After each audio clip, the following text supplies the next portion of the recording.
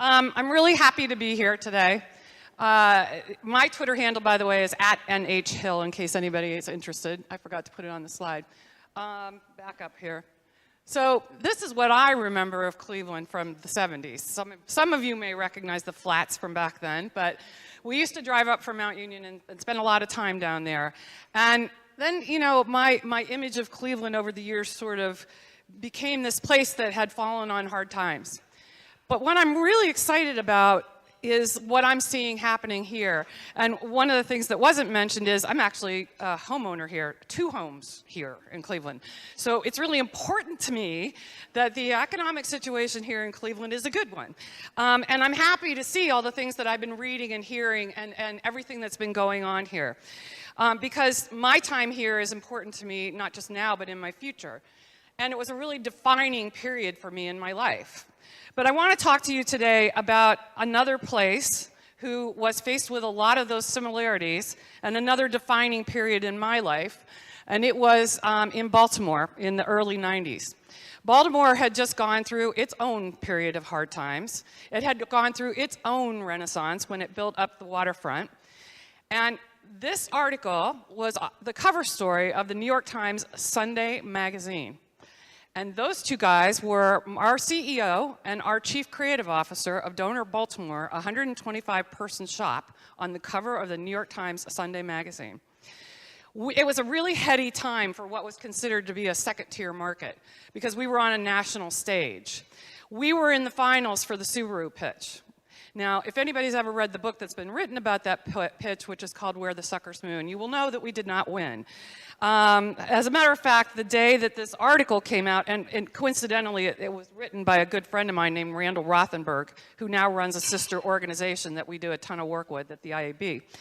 But at the end of my dad called me after he read this article, and he said, you know, I don't know much about your business. He's a lawyer. He said, but if I read this article correctly, it was yours to win and you lost it. And I went, well, yeah, that kind of sums it up. Thanks, Dad. I really needed to have that shoved in my throat. But I tell you this story because I think it's really interesting what happened in Baltimore during this period of time. The Baltimore ad community rallied around us. The Baltimore ad community, the entire ecosystem, not just the production houses, not just the other media outlets, but the other agencies were there cheering us on. They wanted us to win this business. And very shortly after this, we did go on and win Arby's as a national piece of business. And I don't think that could have happened if we didn't have the community behind us. I think that was a really important part of what happened in that community. And I think you guys have that opportunity here as well. I've seen that maybe once or twice in my career over the years, where collaboration, cooperation, and community came together. I certainly saw it, as I said, in Baltimore. I know I saw it in San Francisco during the dot-com up and the dot-com down. It was interesting running an agency there at that time. I haven't really seen it as much in New York because, quite frankly, it's just too big. And I think people have a whole different sense of what community means in New York. But I do think that these 3 things, collaboration, cooperation, and community, are a really important part for how an agency community, a media community can thrive. Now, as I was getting ready to do this was on the cover page of the Delaney Report, a week before last. And who here reads the Delaney Report? Okay, something you need to, it's an old-fashioned, comes in the mail newsletter. But quite often, Tom Delaney, who very famously pays every assistant in every agency to get what he gets out of them, will write things like this. But if you can't read this, he wrote, look for more marketers to turn to small-sized agencies to handle ad assignments. One reason, a number of big advertisers are turning away from having a single agency of record arrangement and moving towards awarding project work. And then it goes on to talk about small shops like DNA in Seattle, Bohan Group in Nashville, and Bailey Lauer in Omaha, Nebraska are turning up on big multinational companies' lists because it's an opportunity to work with other people who aren't necessarily wedded to a holding company model.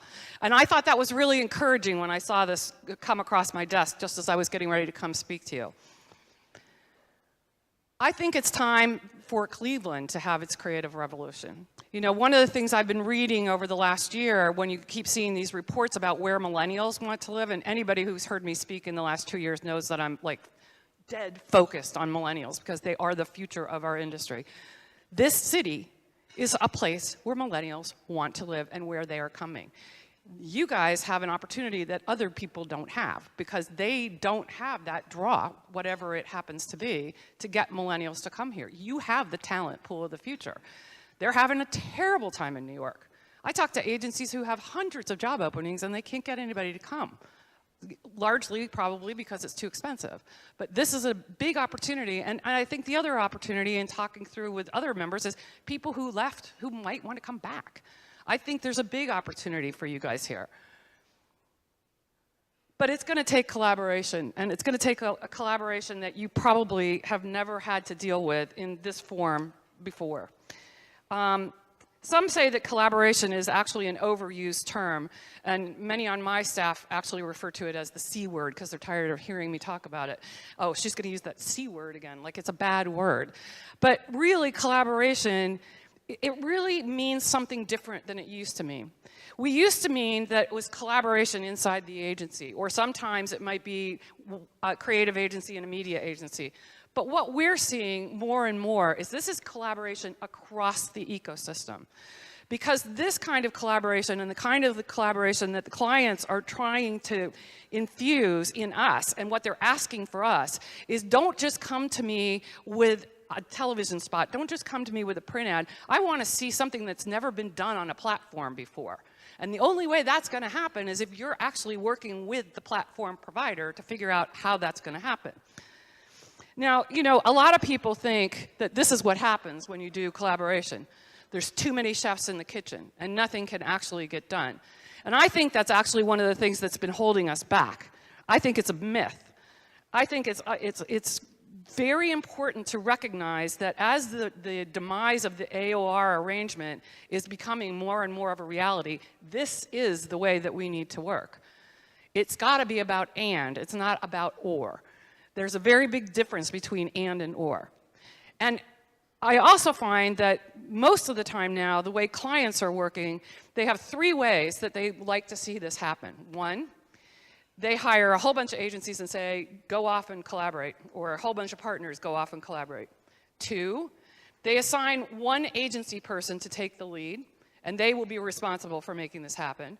Or 3, they will be the one who's going to be responsible for making this happen. Guess which one is the most common? The first one.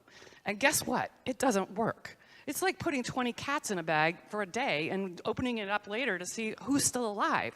Somebody has to be the driver of this. And whether it's the client or somebody on the agency side, or dare say, it could be somebody at a media outlet. But somebody has to take the lead, and somebody has to be willing to say, we can make this work. That takes cooperation, and it's a kind of cooperation that, again, I don't think we've really focused on how that's going to be. This is about not protecting turf.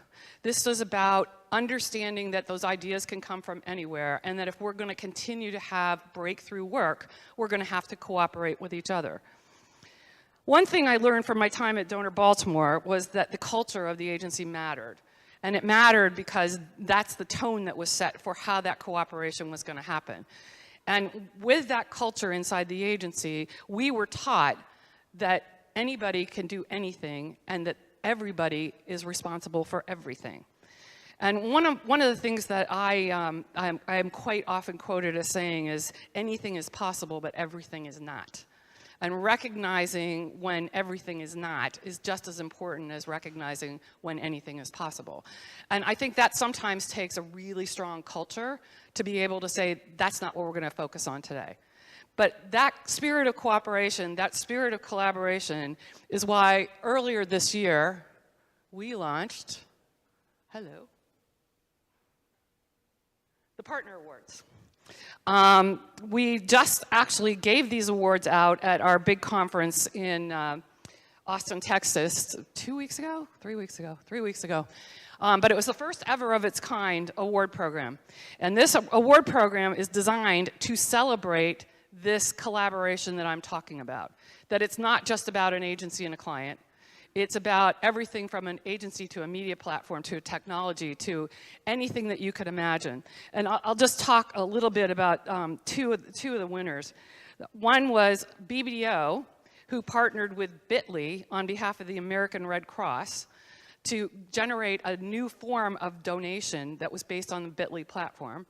Another was an agency in Illinois called Spark, who partnered with DDB in San Francisco along with 4 or 5 other production companies to come up with a Heroes Welcome program for the vets as they were coming back. So it was 6 or 7 different partners who worked on that program. This was not about just an agency and a client collaborating. This was across the ecosystem. And I think that that's a really important concept and something that I heard one of my old clients, John Chambers, the CEO of Cisco, talk about a lot. He called it co-opetition. And I know for him it was a little bit Machiavellian because it was a little bit like keep your friends close and keep your enemies closer. But within that spirit of co-opetition, a lot of things have happened very well in Silicon Valley, and you can't argue with that. So my thought for you today is whether it's you working with Google or with WGAR or with the Plain Dealer or whoever it is that you're working with, look for ways that you can take things to the client together. You know, it used to be that the agencies, oh no, I don't want anybody talking to my client but me. It can only be me. But I think that the clients are looking for us to bring solutions that they know can be done. And if they see everybody united around it, it's a really hard thing to say no to. You know, we also spend an inordinate amount of our time working on industry initiatives that are truly across platform. We see firsthand what's happening at Google, Microsoft, and all of the others. And again, one of the reasons that we thought this was so important was that nobody was celebrating this cross-platform initiative. Everyone has recognized that they can't expand their purview without this sense of community. But I think a lot of people are hesitant to figure out how to get it done. If anybody ever wants to talk to us about how we see it happening across the ecosystem, we're more than happy to help because that's what we do.